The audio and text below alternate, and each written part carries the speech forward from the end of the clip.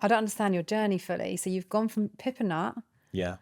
to wine. Yeah. Walk us through that, because this is quite the transition. So I joined Pip Nut in 2014, pre-launch. It's just me and Pip for the first however long, 18 months, I think. Loved that business to bits. Like, you know, thought it was going to be my baby forever. Was there for 6 years. My job title was Deputy Squirrel. Pip was Chief Squirrel. Nice, love that. It was the best job. And then COVID happened and I started drinking wine every day, as lots of people did. And then when the world stopped like feeling like it was ending, I thought I should probably stop drinking wine every day because, yeah, who do I think I am? And so I did. And then immediately I was like, no, like that life isn't for me anymore. I've gotten used to drinking wine every day. That's how I want to live now. Like life is infinitely better when you have a glass of wine with dinner every night. And that makes me sound like an alco. I'm not. Like, it's not that we would get pissed every night, but I just started doing an experiment where I'd open a bottle of wine some nights and not others.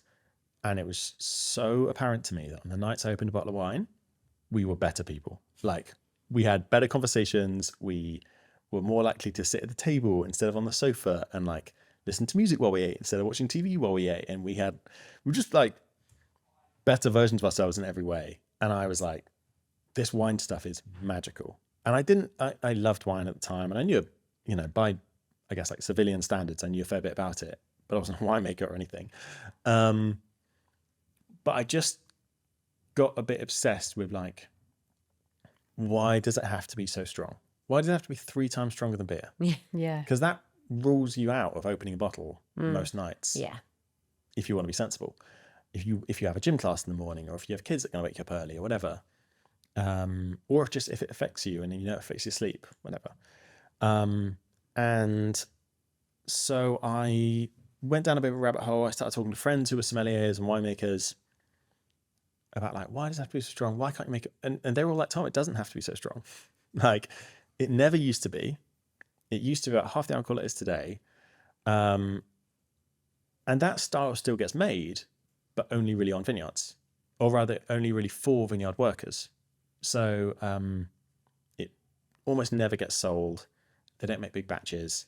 And it's for the guys who work on the vineyard to drink during harvest because it's light and fresh and about half the alcohol and perfect if you want to have wine with lunch and you've got a long afternoon ahead of you, or wine with dinner and you've got a potential 3 a.m. start to go and light some fires because you're going to have frost in the night, whatever. And it's made all over the world and has been for So why do they thousands not of sell years. it? I mean, good for you. Bureaucracy, a few kind of old laws, and just like homogeneity. But like lots of languages, different words for it. Roughly the translations work as wine. Okay. And I was just like so enamored by this idea. And so I set out to try and make it. So I made a version in South Africa first. It was all right, quite volatile, not very scalable. I came home, tried to make something in the UK, closer to home.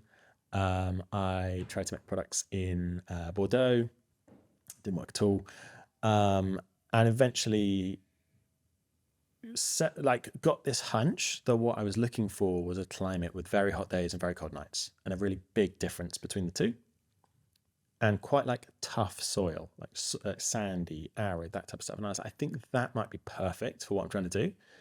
And so eventually found myself in Northern Victoria, Australia, just about the longest possible commute, because it's like 36 hours to Melbourne, unless you fly direct, which is too expensive, and then an 8-hour drive north. Wow. So that sucks. I mean, it sounds perfect timing to have a new baby as well with that commute. My wife is thrilled. Yeah. So yeah, and that was about 3 years ago, and that kicked off then 3 more years of experimentation. Obviously the whole time I'm making no money. So I had to have a job as well. So I'd left Pip Nut back in 2020 because as soon as I knew I was going to do this, I knew I couldn't do it while working for Pip Nut. Like, couldn't give the energy. That was a job where I was just all in. Like, I couldn't split myself. So I went, I worked for some amazing businesses, learned a ton. I worked for an amazing wine retailer. I worked for an incredible bone broth brand, like incredible brand. And I learned so much. And yeah, then last year made a scrappy first vintage, launched it in Selfridges in September. Used the results of that to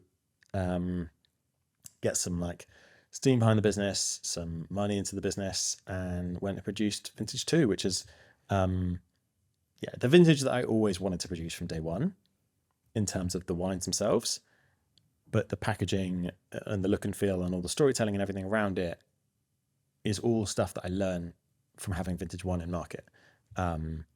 If I'd had the money the first time round, I would have created a very different brand and it wouldn't have worked as well. So kind of all worked out. Wow. Yeah. So interesting, isn't it? What a journey. Yeah. I So know. cool. I wouldn't have. People often say to me, like, you know, why did you keep going for 6 years before you launched your first like good product? And honest answer is because I always thought I was 6 months away. If you'd told me I was 6 years away, I would have been like, fuck that. Anything else.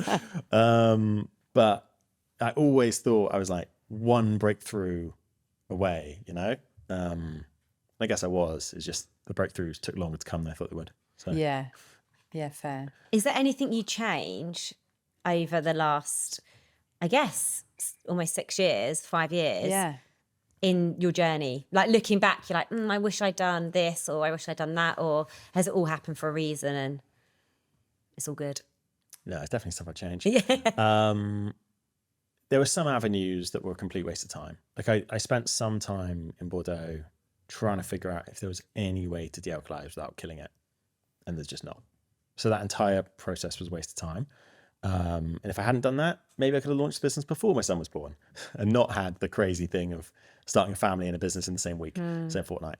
So that's one regret. Since you've launched this second vintage, like what's been your biggest win? I mean, the coolest thing is we just became the most award-winning winery in the world for this field and this like, whole alcohol category. So between 0.5%, so basically non-alcohol, and 10%, we're now the most award-winning in the world, according to the most prestigious awards there are in wine. It's pretty cool. That's that really that was cool. the end of our first week. That's awesome. Trading with a new vintage. Like, it still feels very surreal to me. I can't really get over it. Like, Yeah. if I picture most award-winning winemaker in the world, I don't picture myself. Like, I picture someone that looks very different to me.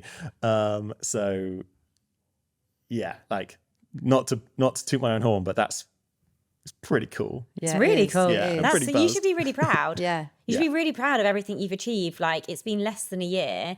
You've had multiple celeb call outs, or want another phrase, without paying them. Yeah. Like, you've got in some really good distribution and you've hit the restaurants and you've won an accolade. Like, that's Yeah. I'm sure like yourself 9 months ago wouldn't imagine sitting here saying No. those things, which is awesome. Definitely not. I thought everything was going to happen so much slower. And just like, you know, I've always been very optimistic as a person.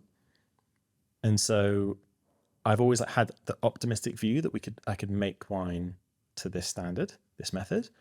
But I would also like, you know, try and force myself to, you know, take a big swig of settle down juice. Like, Yeah. come on, Tom. Yeah, you know, I like it's that going to be pretty concept. difficult. Yeah.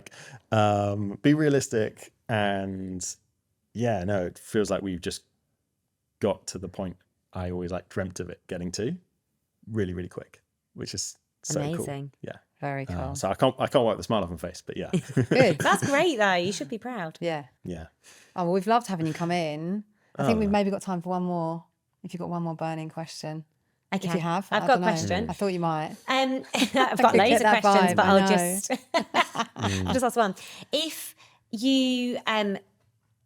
you could do one thing tomorrow and know you definitely weren't going to fail, what would it be? Oh, easy. You know how the Bible is split between BC and AD? Yeah. I want wine to be split by like BB and AB, like before Bordeaux, after Bordeaux. Nice. And imagine how good, because what I never want is to be shoved in a little separate section of a wine list. I don't want there to be like normal wine and then us, you know, ancient lighter wine. Like, that's not aspirational. Like, wine is like a sexy romantic category, right? Like, Yeah. you don't want to be off by the side. You want to be in the sexy romantic section. And so if I could just make it like the norm that when you listed wine on a wine list, you did like grape, year, producer, and then BB or AB. And everyone knew what it meant. And everyone was like, oh, cool. And everyone could choose. Some nights you're in a restaurant or wine bar and you're like, do you know what? I'd like a big, boozy, heavy, inky Cab Sav. So I'm going to get this AB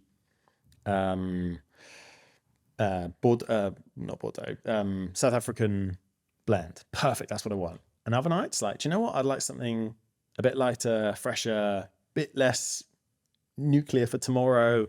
So I'm going to get this BB before Bordeaux, Pinot Noir from Germany, let's say. Like, that would be such an incredible way of people being able to order wine, understand wine. Yeah. And making it so that my category isn't the other. It's not like there's normal and then other. It would just be two normal categories from different parts of winemaking history. How cool would that be? That would help us all be way more cultured. It would be great. Yeah. Yeah, It's going to be it a while would be before I great. can even attempt that. But, That's cool. You've got to have aspirations. That's a goal to have, definitely. Yeah.